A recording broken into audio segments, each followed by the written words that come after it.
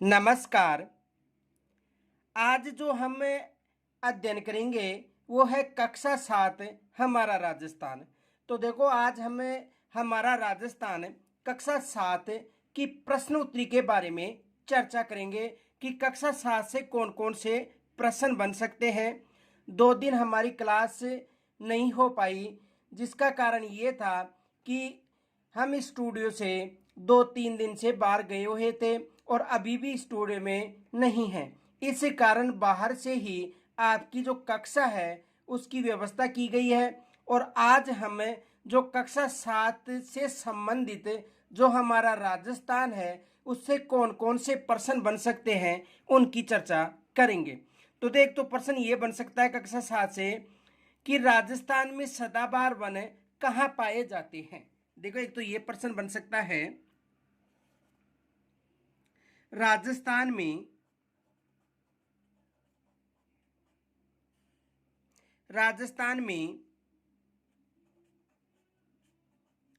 सदाबहार वन कहाँ पाए जाते हैं।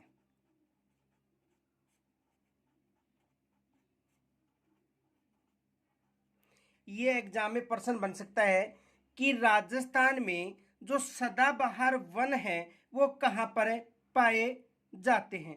तो याद रखना, राजस्थान में जो सदाबहार वन है वो माउंट आबू सिरोही में पाए जाते हैं। कहाँ पर पाए जाते हैं? माउंट आबू सिरोही। माउंट आबू सिरोही, यानी राजस्थान में जो सदाबहार वन है वो कहां पर मिलते हैं? माउंट आबू सिरोही। देखो, राजस्थान में भौगोलिक दृष्टि से 3 प्रकार के वन पाए जाते हैं, याद रखना है, फैक्ट याद रखना। देखो, राजस्थान में यदि भौगोलिक दृष्टि से बात करें तो देखो, राजस्थान में भौगोलिक दृष्टि से राजस्थान में भौगोलिक दृष्टि से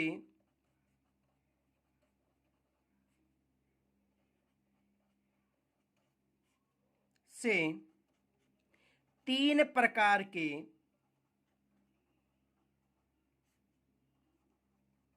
वन पाए जाते हैं। 3 प्रकार के वन पाए जाते हैं।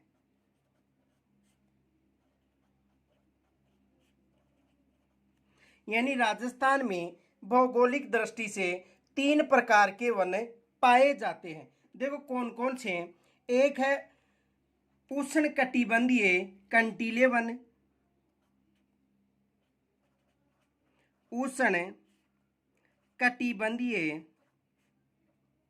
कंटीले वन,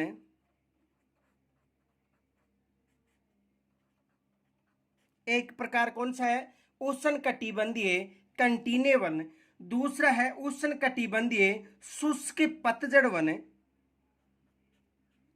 उष्ण कटिबंधीय शुष्क पतझड़ वन।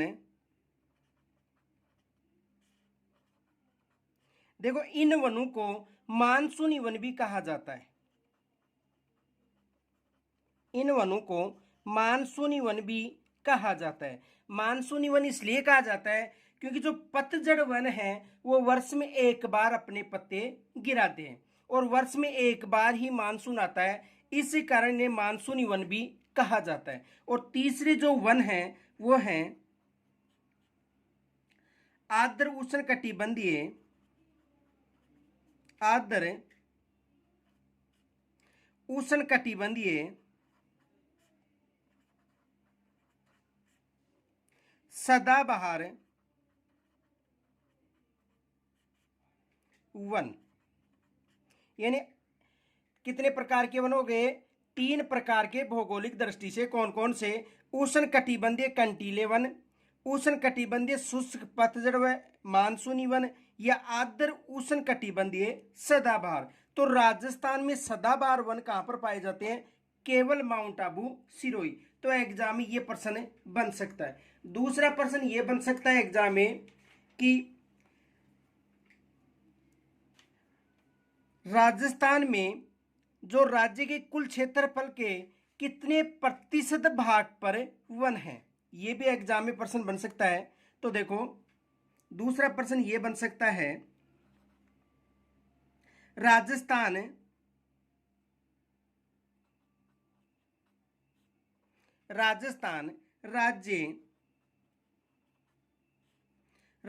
राज्य के कुल क्षेत्रफल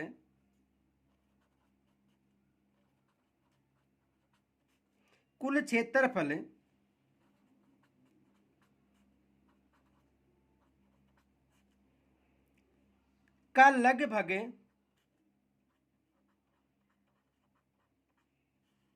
यानी राजस्थान राज्य के कुल क्षेत्रफल का लगभग कितना भाग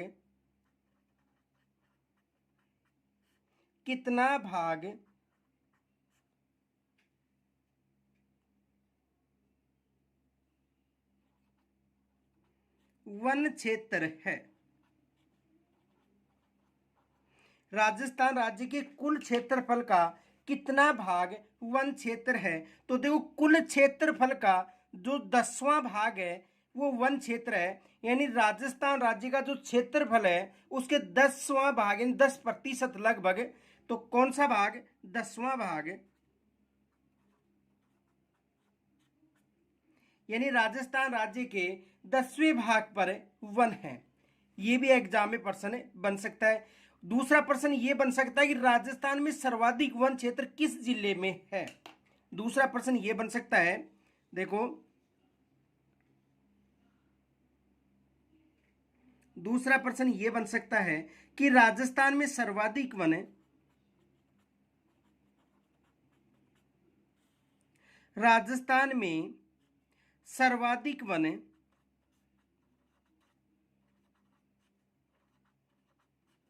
किस जिले में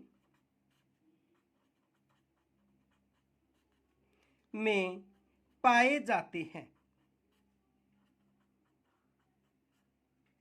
किस जिले में पाए जाते हैं, ये भी एग्जाम में प्रश्न बन सकता है कि राजस्थान में जो सर्वाधिक वन है वो किस जिले में पाए जाते हैं। तो देखो राजस्थान में जो सर्वाधिक वन है वो कहां पर पाए जाते हैं? उदयपुर में। ये याद रखना, राजस्थान में जो सर्वाधिक वन है वो कहां पर मिलते हैं? उदयपुर में। राजस्थान में सर्वाधिक वन कहां पर पाए जाते हैं? उदयपुर में। और यदि सबसे कम वन क्षेत्र पूछा जाए तो सबसे कम जो वन है वो चूरू में पाए जाते हैं, यानी सबसे कम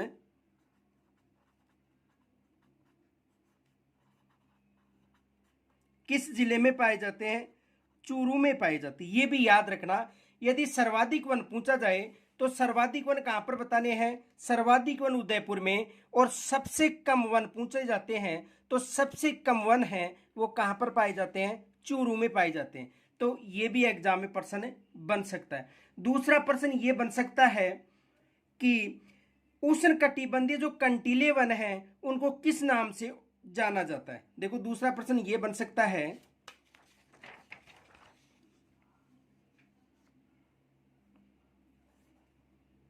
उष्णकटिबंधीय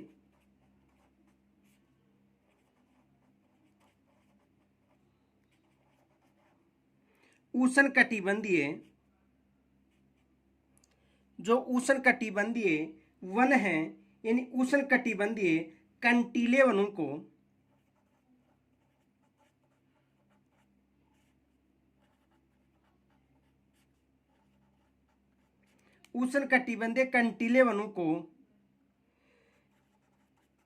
किस नाम से जाना जाता है?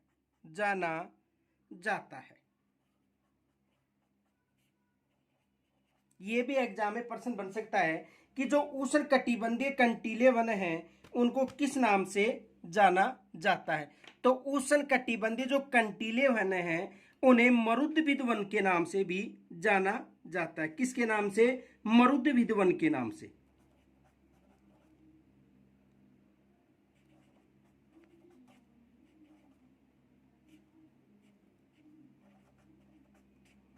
किन वनों के नाम से जाना जाता है? मरुद्भिद वनों के नाम से जाना जाता है। मरुद्भिद वन का मतलब है कि ऐसी वनस्पति जिनकी जड़ें काफी लंबी हो, ऐसी वनस्पति जिसकी जड़ें काफी लंबी हो।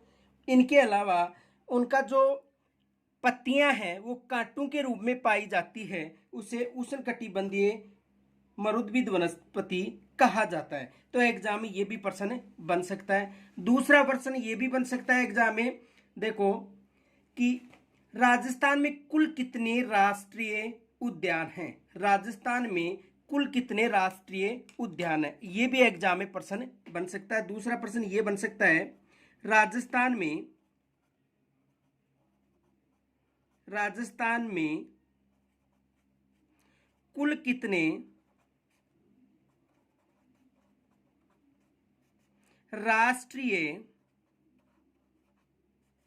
अभयारण्य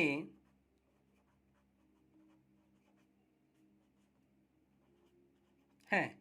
यानी राजस्थान में कुल कितने राष्ट्रीय अभयारण्य हैं, ये भी एग्जाम में प्रश्न बन सकता है। तो देखो राजस्थान में यदि कुल राष्ट्रीय अभयारण्यों की बात की जाए तो राजस्थान में 3 राष्ट्रीय अभयारण्य, ये याद रखना। राजस्थान में कितने राष्ट्रीय अभयारण्य हैं? 3 राष्ट्रीय अभयारण्य है।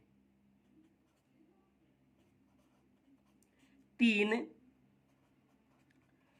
राष्ट्रीय अभयारण्य। राजस्थान में कितने राष्ट्रीय अभयारण्य है? 3 राष्ट्रीय अभयारण्य राजस्थान में। देखो राजस्थान में जो 3 राष्ट्रीय अभयारण्य हैं वो कौन कौन से हैं? देखो एक तो है जो सबसे पहले जो राष्ट्रीय अभयारण्य बनाया गया था वो था रणथंभौर राष्ट्रीय उद्यान, जो कहां पर है? सवाई माधोपुर में। तो देख तो कौन सा है? रणथंभौर राष्ट्रीय अभयारण्य सवाई माधोपुर। जो प्रथम राष्ट्रीय अभयारण्य था राजस्थान का वो कौन सा था? रणथंभौर राष्ट्रीय अभयारण्य, जो कहां पर है? सवाई माधोपुर। दूसरा जो राष्ट्रीय अभयारण्य था वो था केवलादेव राष्ट्रीय उद्यान, जो कहां पर है? भरतपुर में। दूसरा था केवलादेव राष्ट्रीय उद्यान, राष्ट्रीय अभयारण्य, जो कहां पर है? भरतपुर में। दूसरा जो राष्ट्रीय उद्यान था वो कौन सा था? केवलादेव राष्ट्रीय उद्यान, जो कहां पर है? भरतपुर में। और तीसरा जो राष्ट्रीय उद्यान है मुकुंदरा हिल्स राष्ट्रीय उद्यान, जो कोटा और चित्तौड़गढ़ क्षेत्र में है। तीसरा कौन सा है? मुकुंदरा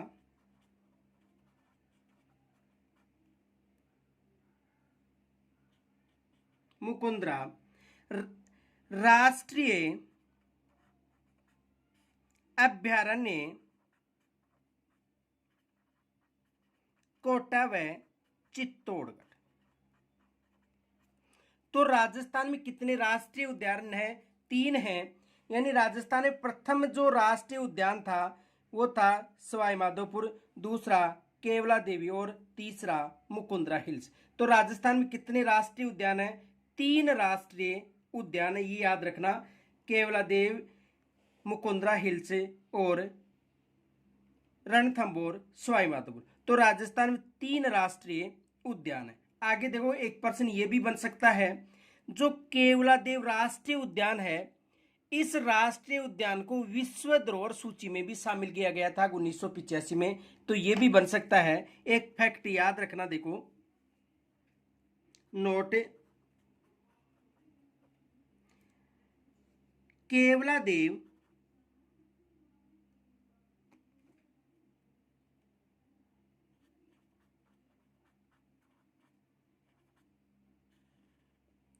राष्ट्रीय अभयारण्य को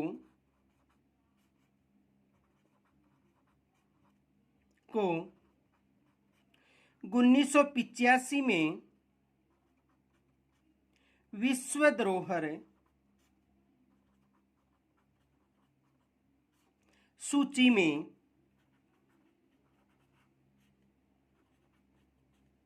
शामिल किया गया है, शामिल किया गया था।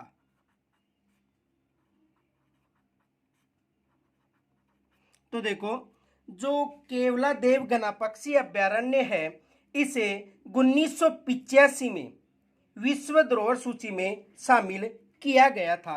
ये भी एग्जाम में प्रश्न बन सकता है। इनके अलावा देखो, दूसरा प्रश्न ये भी बन सकता है कि सीता माता जो वन्य जीव अभ्यारण्य है वो किस जिले में स्थित है। देखो, ये भी प्रश्न बन सकता है कि कौन सा अभ्यारण्य किस जिले में है।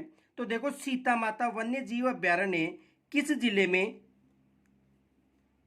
देखो सीता माता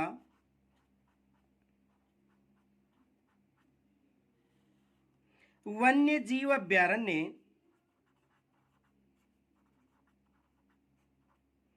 का विस्तार किन जिलों में है, किन जिलों में है। ये भी एग्जाम में प्रश्न बन सकता है कि सीता माता वन्य जीव अभ्यारण्य है उसका जो विस्तार है किस जिले में है। तो देखो, उदयपुर, प्रतापगढ़ और चित्तौड़गढ़, 3 जिलों में इसका विस्तार है। उदयपुर, प्रतापगढ़ व चित्तौड़गढ़, ये याद रखना। उदयपुर, प्रतापगढ़ व चित्तौड़गढ़।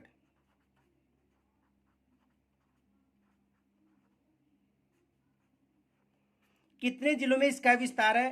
3 जिलों में है। कौन कौन से जिले हैं? देखो, उदयपुर हो गया, प्रतापगढ़ हो गया और चित्तौड़गढ़ होगा। यहां से देखो, एग्जाम में ये भी प्रश्न बन सकता है कि उड़न गिलहरियों के लिए, उड़न गिलहरियों के लिए कौन सा अभ्यारण्य प्रसिद्ध है। ये भी एग्जाम में प्रश्न बन सकता है। देखो, प्रश्न क्या बन सकता है, देखो ये फैक्ट याद रखना, एग्जाम में यहां से भी प्रश्न बनता है कि राजस्थान में ऐसा कौन सा अभ्यारण्य जो उड़न गिलहरियों के लिए प्रसिद्ध है। देखो, राजस्थान में ऐसा कौन सा अभ्यारण्य है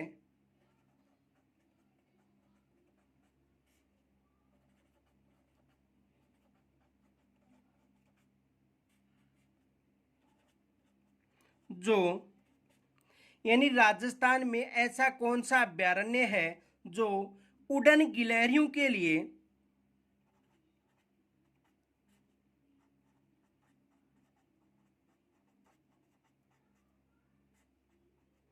उड़न गिलहरियों के लिए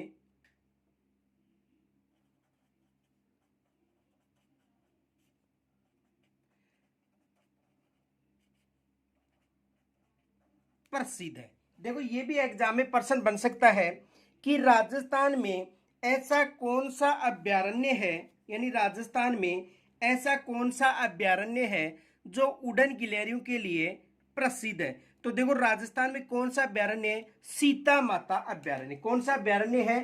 सीता माता अभ्यारण्य है जो उड़न गिलहरियों के लिए प्रसिद्ध है।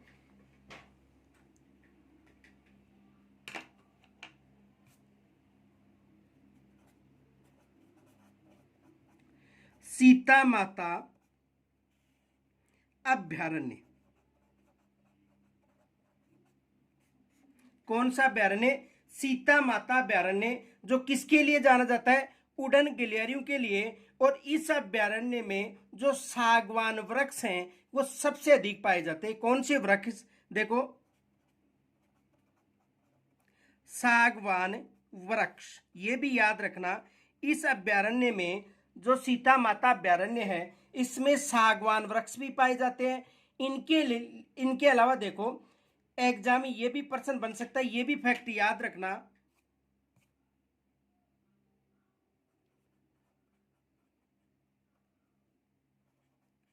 महुआ के वृक्ष पर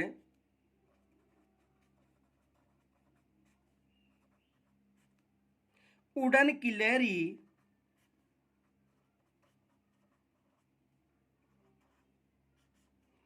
अधिक पाई जाती है।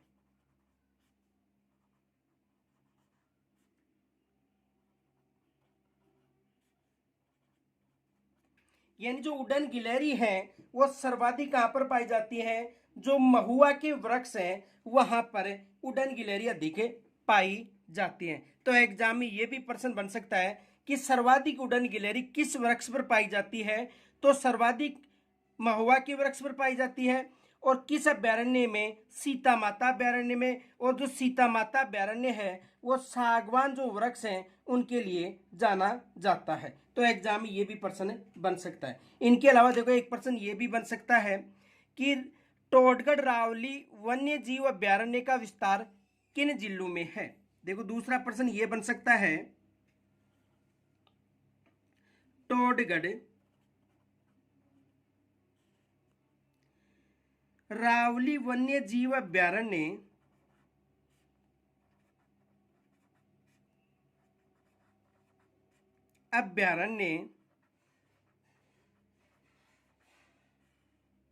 का विस्तार किन जिलों में है या विस्तार है। देखो रावली टोडगढ़ वन्य जीव अभ्यारण्य का विस्तार है, ये भी एग्जाम में प्रश्न बन सकता है। तो देखो इसका जो विस्तार है राजसमंद, अजमेर और पाली जिले में। किन किन जिले में, 3 जिलों में है, राजसमंद, दूसरा है अजमेर और तीसरा जिला है पाली। यानी कितने जिलों में इसका विस्तार है, 3 जिलों में है। कौन कौन से जिले हो गए, राजसमंद हो गया, अजमेर हो गया और पाली। यानी राजसमंद, अजमेर और पाली में जो रावली टोडगढ़ अभ्यारण्य है इसका विस्तार है। तो एग्जाम ये भी प्रश्न बन सकता है। इनके अलावा दूसरा प्रश्न ये बन सकता है कि किस अभ्यारण्य में राज्य पक्षी जो गोडावन है वो सर्वाधिक पाया जाता है या प्रमुखता से पाया जाता है। तो देखो दूसरा प्रश्न ये भी बन सकता है, किस अभ्यारण्य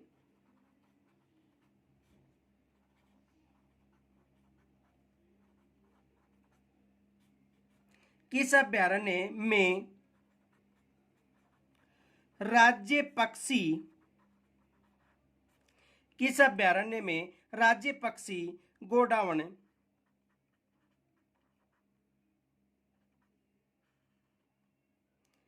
प्रमुखता से पाया जाता है, प्रमुखता से पाया जाता है। देखो किस अभ्यारण्य में जो राज्य पक्षी गोडावन है वो प्रमुखता से पाया जाता है, ये भी एग्जाम में प्रश्न बन सकता है। तो देखो राष्ट्रीय जो मरु उद्यान है, कौन सा अभ्यारण्य है, राष्ट्रीय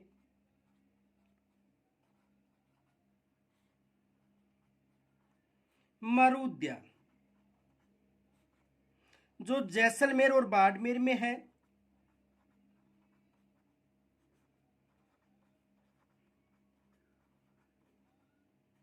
कहां पर है, जैसलमेर और बाड़मेर में। तो यहां पर जो राज्य पक्षी गोडावना है वो सर्वाधिक पाया जाता है। इनके अलावा देखो क्षेत्रफल की दृष्टि से सबसे बड़ा अभ्यारण्य भी कौन सा है, राष्ट्रीय मरु उद्यान, ये भी याद रखना। क्षेत्रफल की दृष्टि से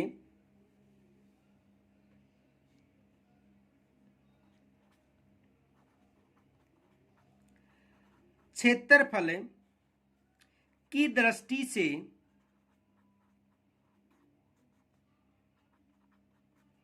सबसे बड़ा,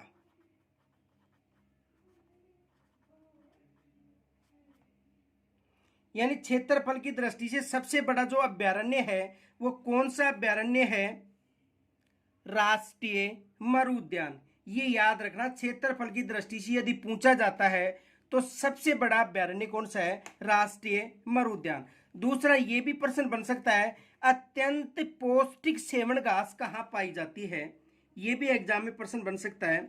अत्यंत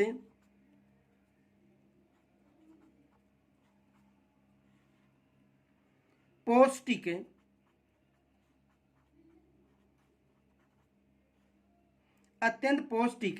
सेवन घास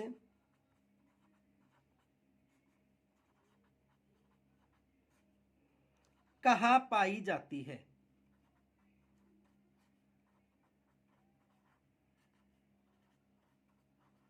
ये भी एग्जाम में प्रश्न बन सकता है कि अत्यंत जो पौष्टिक सेवन घास है वो कहाँ पर पाई जाती है। तो ये घास जैसलमेर में पाई जाती है। कहाँ पर पाई जाती है? जैसलमेर में। और देखो स्थानीय लोगों के द्वारा इसे लिलोन घास के नाम से भी जाना जाता है। ये जो सेवन घास है इसे लिलोन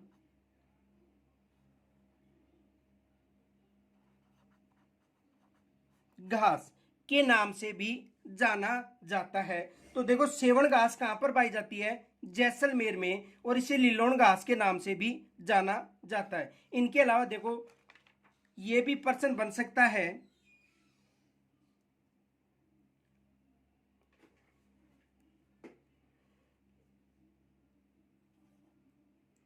जो रामगढ़ विस्तारी वन्य जीव अभ्यारण्य चर्चित है वर्तमान में, क्योंकि इसमें बाघ परियोजना प्रारंभ की गई है। तो एग्जाम में ये प्रश्न भी बन सकता है, रामगढ़ विषधारी वन्य जीव अभ्यारण्य, रामगढ़ विषधारी वन्य जीव अभ्यारण्य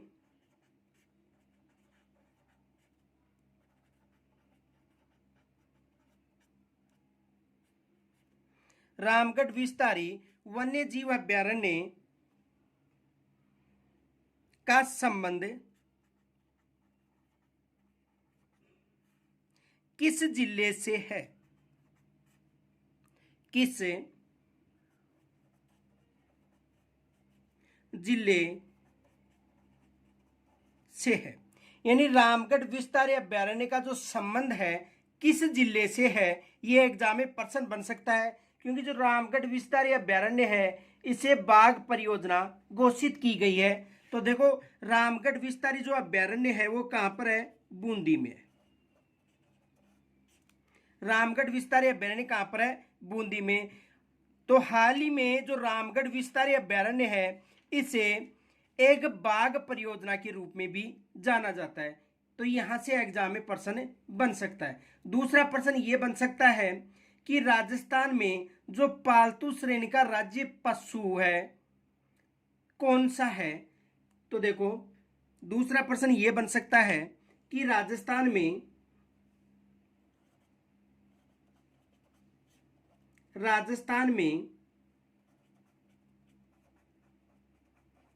पालतू श्रेणी का पशु, पालतू श्रेणी का राज्य पशु ऊंट को कब घोषित किया गया था?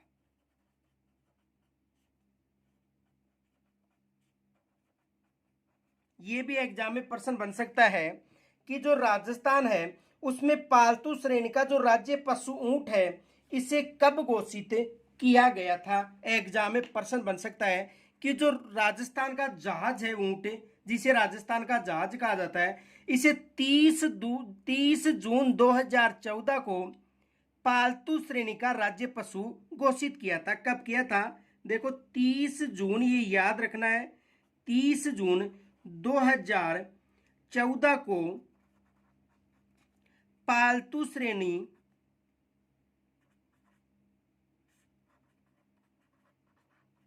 का पशु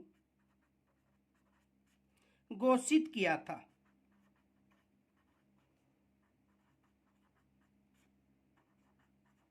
और किनके शासनकाल में किया गया था? यहाँ पर उस समय मुख्यमंत्री कौन थे? श्रीमती वसुंधरा राजे उस समय मुख्यमंत्री थे। तो यानी कहने का मतलब 30 जून 2014 को पालतू श्रेणी का जो पशु है वो किसे घोषित किया गया है? ऊंट को घोषित किया गया है। ये भी याद रखना, एग्जाम में यहां से प्रश्न बन सकता है। दूसरा प्रश्न ये बन सकता है कि राजस्थान में जो वन नीति 2052 के अनुसार कुल भूभाग के कितने प्रतिशत भाग पर वन होने चाहिए। ये भी एग्जाम में प्रश्न बन सकता है। देखो प्रश्न क्या बन सकता है,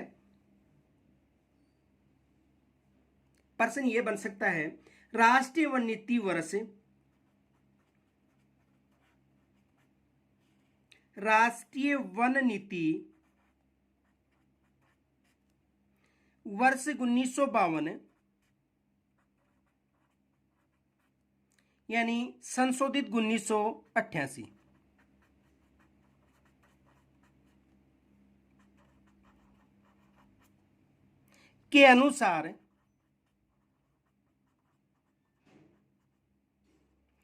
के अनुसार कुल भूभाग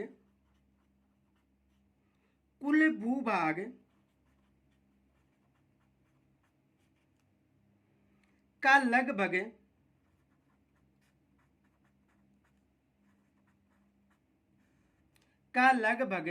कितना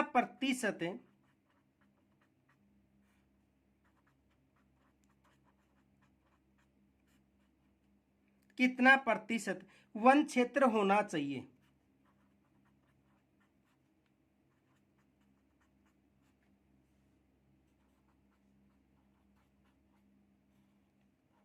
ये एग्जाम में प्रश्न बन सकता है।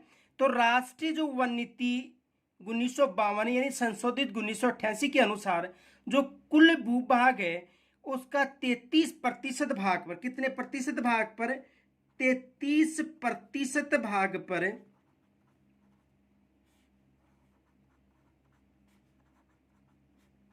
वन होनी चाहिए। कितने प्रतिशत भाग पर, 33% भाग पर वन होने चाहिए।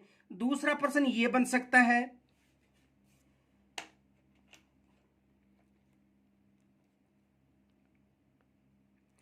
कि राजस्थान की जो वन नीति, राजस्थान की वन नीति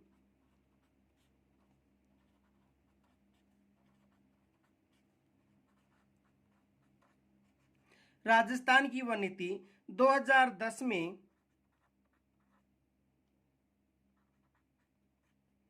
राज्य के संपूर्ण भूभाग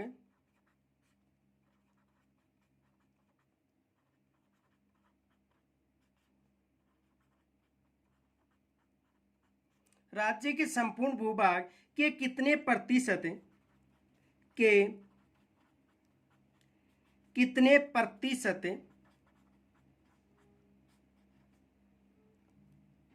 भाग को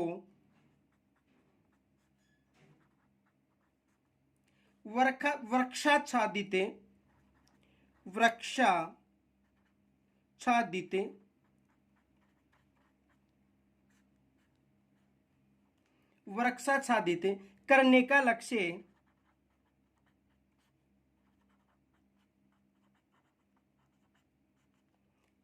लक्ष्य रखा गया था।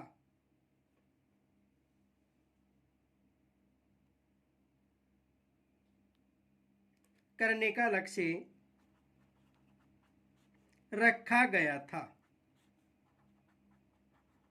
तो देखो जो भी वन क्षेत्र हैं उनका लगभग यानी 20% भाग पर, कितने प्रतिशत, 20%। ये याद रखना कि राजस्थान में जो वन नीति 2010 है के अनुसार संपूर्ण राजस्थान के भूभाग के कितने प्रतिशत भाग को वृक्षाच्छादित रखने का लक्ष्य रखा गया था। तो कितने प्रतिशत भाग को, 20% भाग को वृक्षाच्छादित करने का लक्ष्य रखा गया था। यहां से एग्जाम में प्रश्न बन सकता है। आगे देखो एक प्रश्न ये भी बन सकता है,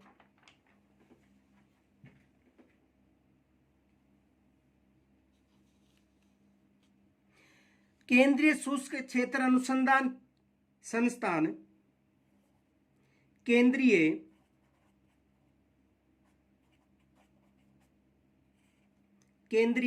शुष्क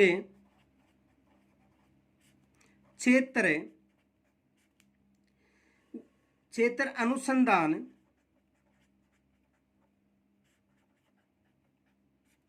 संस्थान,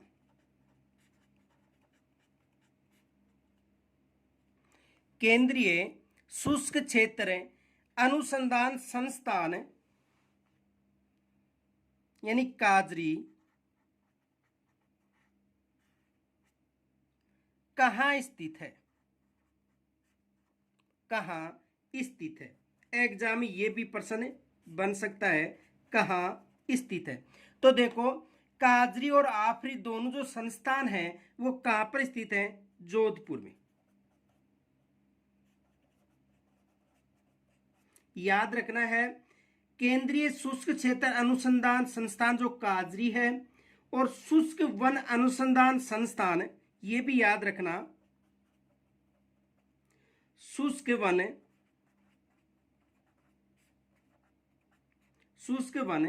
अनुसंधान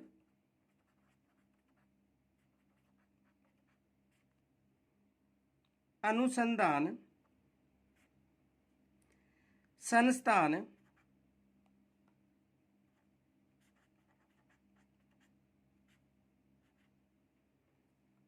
कौन सी है, आफरी। ये दोनों कहां पर हैं, जोधपुर में है। कौन कौन सी है, देखो एक तो केंद्रीय शुष्क क्षेत्र अनुसंधान संस्थान और दूसरी है शुष्क वन अनुसंधान संस्थान आफरी। ये दोनों कहां पर है, जोधपुर में। ये भी कहां पर है, जोधपुर में। ये याद रखना, दोनों संस्थान कहां पर है, जोधपुर में। और ये भी प्रश्न बन सकता है कि अमृता देवी के नेतृत्व में जो खेजड़ली गांव था वहां पर जो 363 स्त्री पुरुषों ने वनों को बचाव के लिए जो वृक्ष को लिपट कर बलिदान दिया था वो कब दिया था, यानी 1730 में। ये भी एग्जाम में प्रश्न बन सकता है। देखो क्या प्रश्न बन सकता है, अमृता देवी के नेतृत्व में, अमृता देवी के नेतृत्व में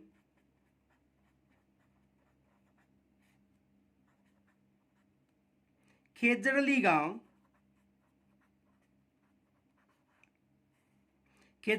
कहां पर है, जोधपुर में। तो खेजड़ली गांव में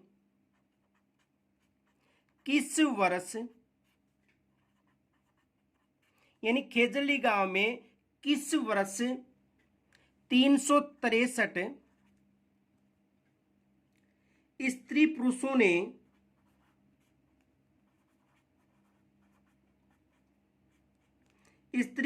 ने वनों को बचाने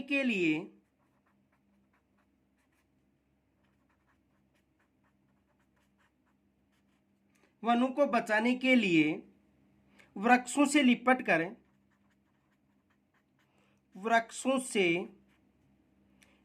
कर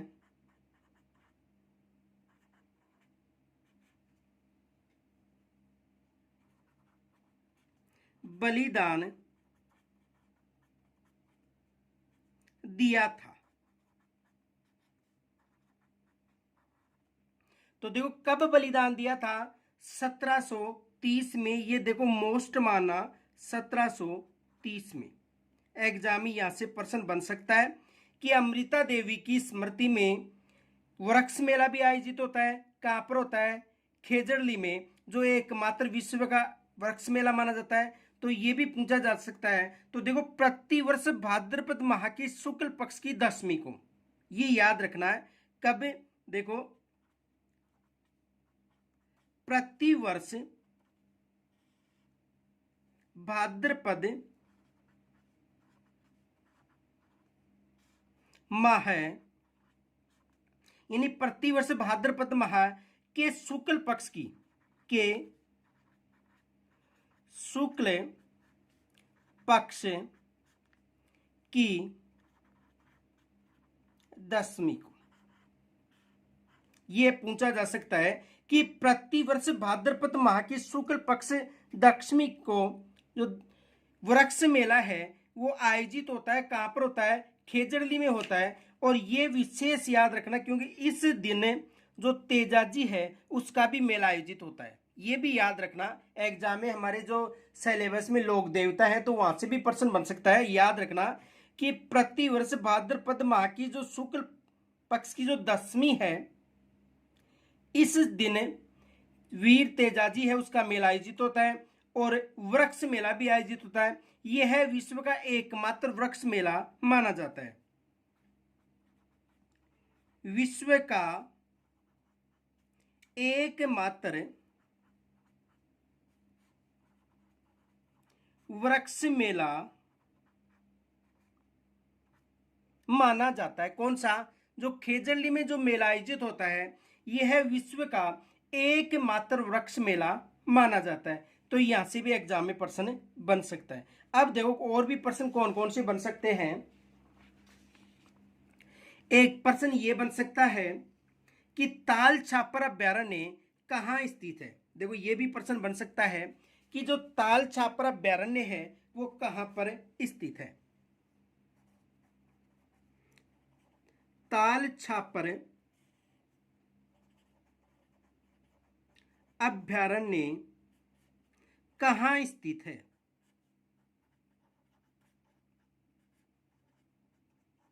कौन सा अभ्यारण्य? जो ताल छापर अभ्यारण्य है वो कहाँ स्थित है।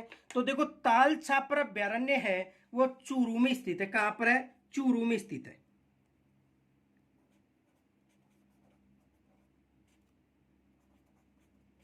और ये अभ्यारण्य काले हरिणों के लिए प्रसिद्ध है। किन के लिए प्रसिद्ध है? जो काले हरिण पाए जाते हैं उनके लिए ये अभ्यारण्य प्रसिद्ध है। काले हरिणों के लिए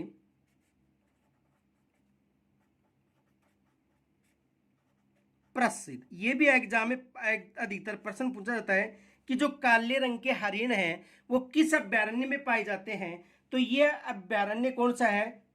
जो ताल छापर अभ्यारण्य है उसमें पाए जाते हैं। और ये अभ्यारण्य कहां पर है? चूरू में। दूसरा ये भी पूछा जा सकता है कि जो बस्सी वन्य जीव अभ्यारण्य वो कहां पर है। तो बस्सी वन्य जीव जो अभ्यारण्य है वो कहां पर है? चित्तौड़गढ़ में। ये भी याद रखना। देखो बस्सी वन्य जीव अभ्यारण्य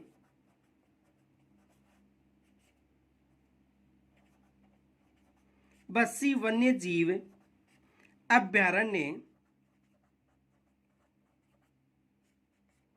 कहां स्थित है।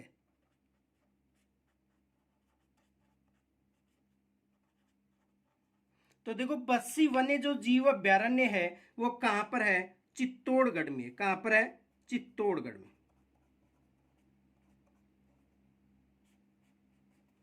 जो बस्सी वन्य जीव अभ्यारण्य है वो कहां पर है? चित्तौड़गढ़ में है। इनके अलावा केसरबाग वन्य जीव अभ्यारण्य भी पूछा जा सकता है। तो देखो केसरबाग वन्य जीव अभ्यारण्य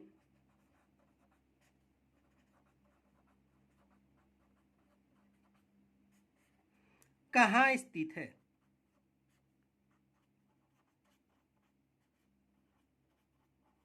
तो देखो केसरबाग वन्य जीव अभ्यारण्य कहां पर स्थित है? धौलपुर में। कहां पर स्थित है? धौलपुर में। इनके अलावा देखो दूसरा प्रश्न ये भी बन सकता है कि जो साइबेरिया सारस हैं वो किस अभ्यारण्य का आकर्षण का केंद्र है। देखो ये भी प्रश्न बन सकता है। साइबेरिया सारस है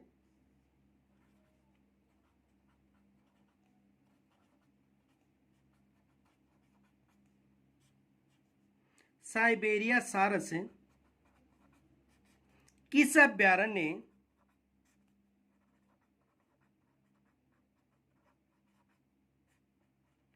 का आकर्षण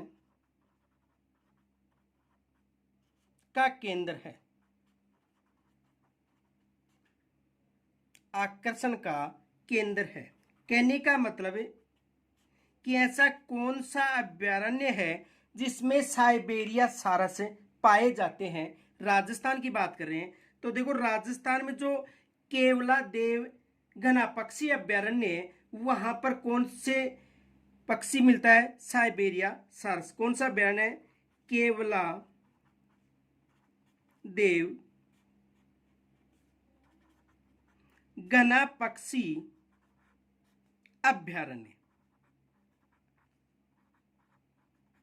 और केवला देव घना पक्षी अभ्यारण्य कहां पर है?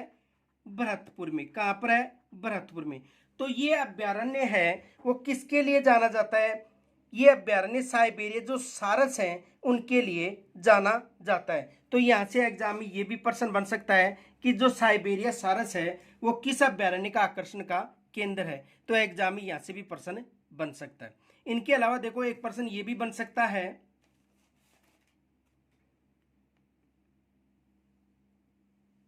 नाहरगढ़ वन्य जीव अभ्यारण्य कहाँ स्थित है। नाहरगढ़ वन्य जीव अभ्यारण्य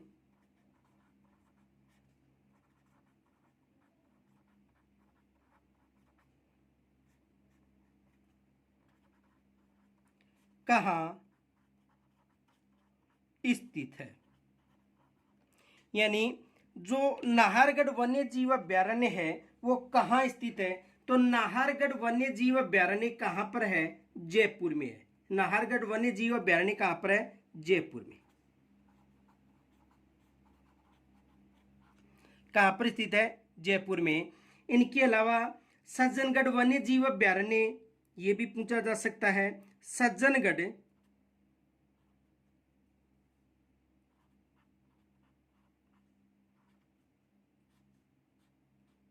सज्जनगढ़ वन्य जीव अभ्यारण्य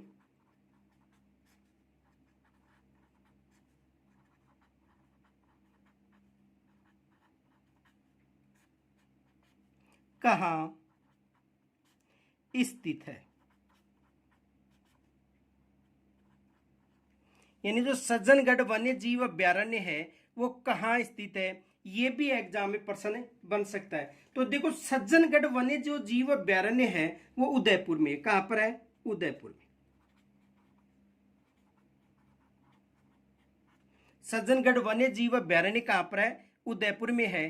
तो यहां से ये भी प्रश्न बन सकता है। इनके अलावा देखो कुछ अभ्यारण्य आपको याद रखने हैं, जैसे शेरगढ़ वन्य जीव अभ्यारण्य पूछा जाए तो कहां पर है, 12 में। ये भी याद रखना है, शेरगढ़ वन्य जीव अभ्यारण्य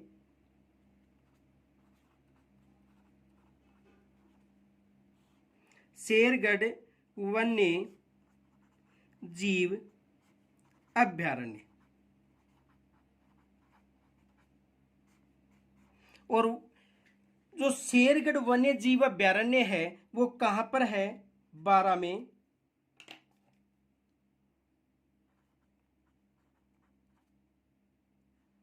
और किस नदी के तट पर है। तो देखो शेरगढ़ वन्य जीव अभ्यारण्य है वो परवन नदी के तट पर है। किस नदी के तट पर है, परवन, परवन नदी के तट पर। किस नदी के तट पर है, जो परवन नदी है उसके तट पर कौन सा अभ्यारण्य स्थित है, शेरगढ़ वन्य जीव अभ्यारण्य किस नदी के तट पर स्थित है, परवन नदी के तट पर स्थित है। इनके अलावा देखो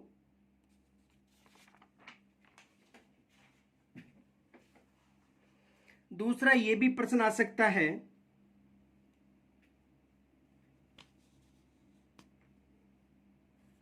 राजस्थान में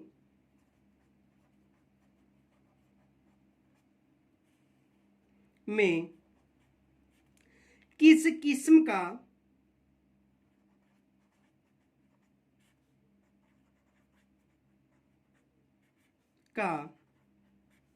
कोयला पाया जाता है।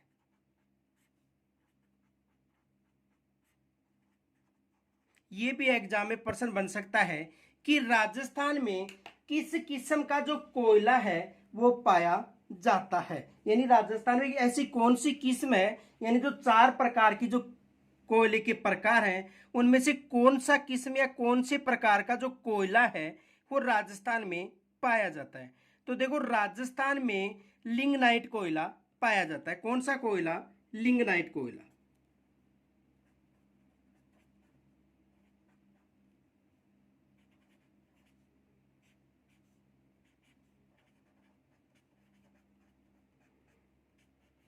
कौन सा कोयला पाया जाता है, लिंगनाइट। देखो कोयले के प्रकार हैं, देखो 4 प्रकार का कोयला पाया जाता है, याद रखना नोट। कोयला 4 प्रकार का होता है।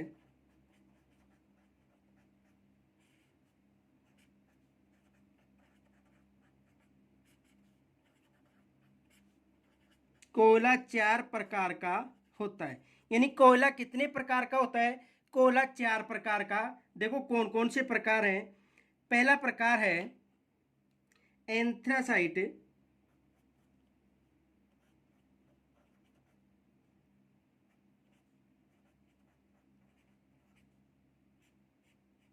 पहला प्रकार कौन सा है? एंथ्रासाइट।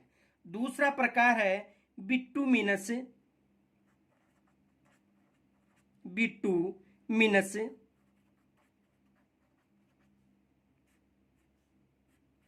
दूसरा प्रकार कौन सा है? बिटुमिनस। तीसरा प्रकार है लिग्नाइट। तीसरा प्रकार कौन सा है? लिग्नाइट। और चौथा प्रकार पूछा जाए तो चौथा प्रकार है पीट। तो राजस्थान में कौन सी किस्म का कोयला पाया जाता है? लिग्नाइट।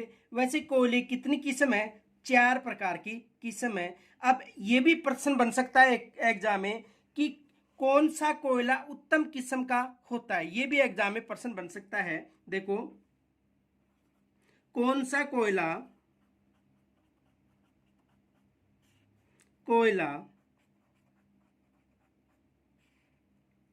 उत्तम किस्म का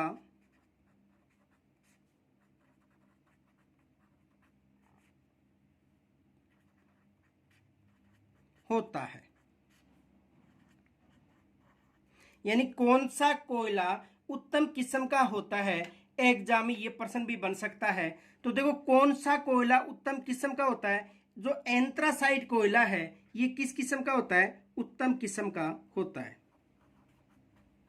एंथ्रासाइट कोयला। कौन सा कोयला? जो एंथ्रासाइट कोयला है ये उत्तम किस्म का कोयला माना जाता है। तो एग्जाम में यहां से भी प्रश्न बन सकता है। इनके अलावा दूसरा प्रश्न ये बन सकता है कि चंदेरिया सीसा जस्ता शोधन संयंत्र किस जिले में स्थापित किया गया है? देखो ये प्रश्न भी बन सकता है। चंदेरिया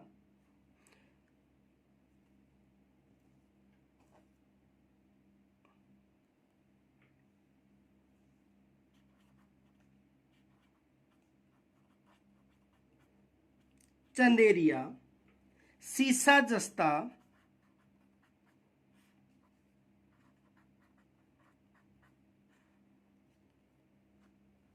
शोधक यंत्र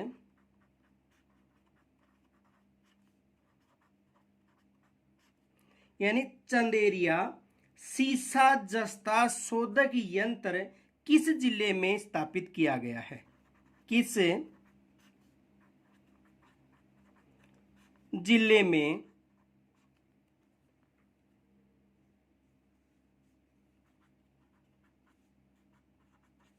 स्थापित है? यह भी एग्जाम में प्रश्न बन सकता है कि जो चंदेरिया सीसा जस्ता शोधक यंत्र है वो किस जिले में स्थापित है। तो ये देखो किस जिले में है? चित्तौड़गढ़ जिले में। ये याद रखना, चित्तौड़गढ़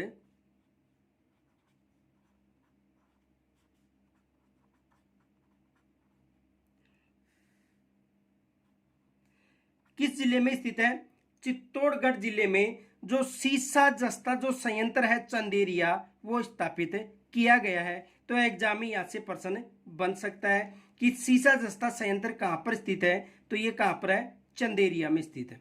इनके अलावा दूसरा प्रश्न ये बन सकता है कि जो राउतबाटा परमाणु ऊर्जा संयंत्र स्थित है वो किस जिले में है? ये भी एग्जाम में प्रश्न बन सकता है। देखो क्या प्रश्न बन सकता है।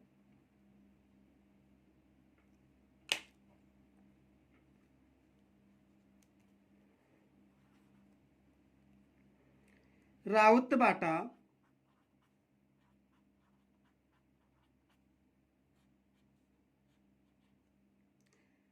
परमाणु ऊर्जा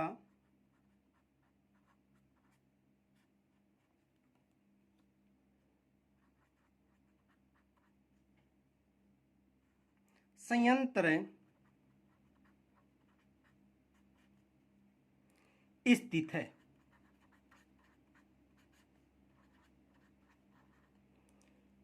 यानी रावतबाटा परमाणु ऊर्जा संयंत्र स्थित है। तो ये कहां पर है? चित्तौड़गढ़ में।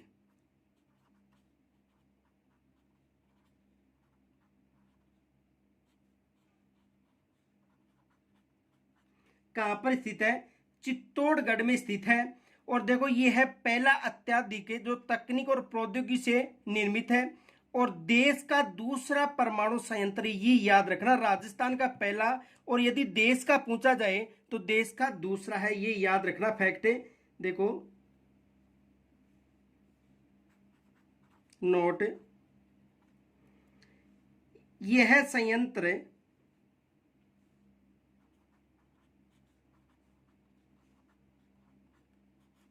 देश का दूसरा परमाणु ऊर्जा संयंत्र है।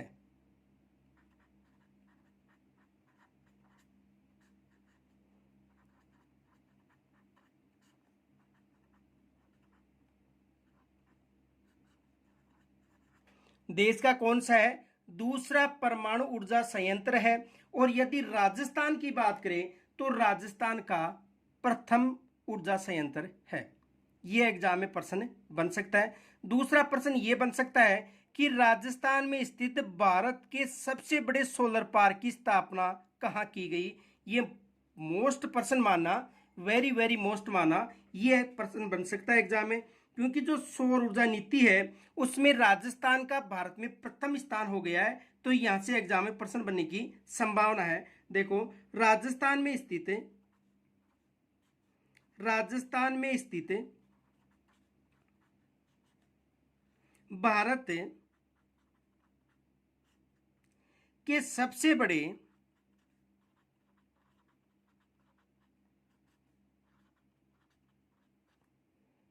सोलर पार्क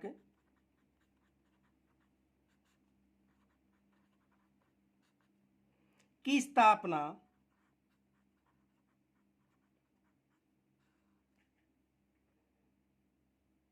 कहां की गई है?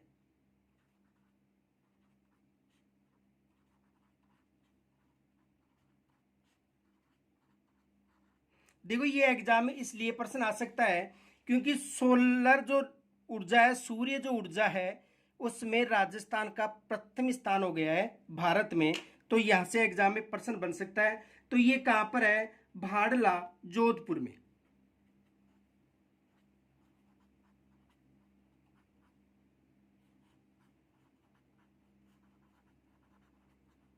कहां पर है?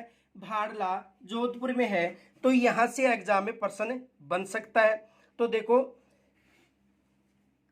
ये जो कुछ प्रश्न थे कक्षा 7 से, शेष जो प्रश्न हैं यदि कल समय मिलेगा तो कल आपके लिए डाल दिए जाएंगे, अन्यथा 2-3 दिन बाद में आपके लिए जो शेष प्रश्न है वो डाल दिए जाएंगे।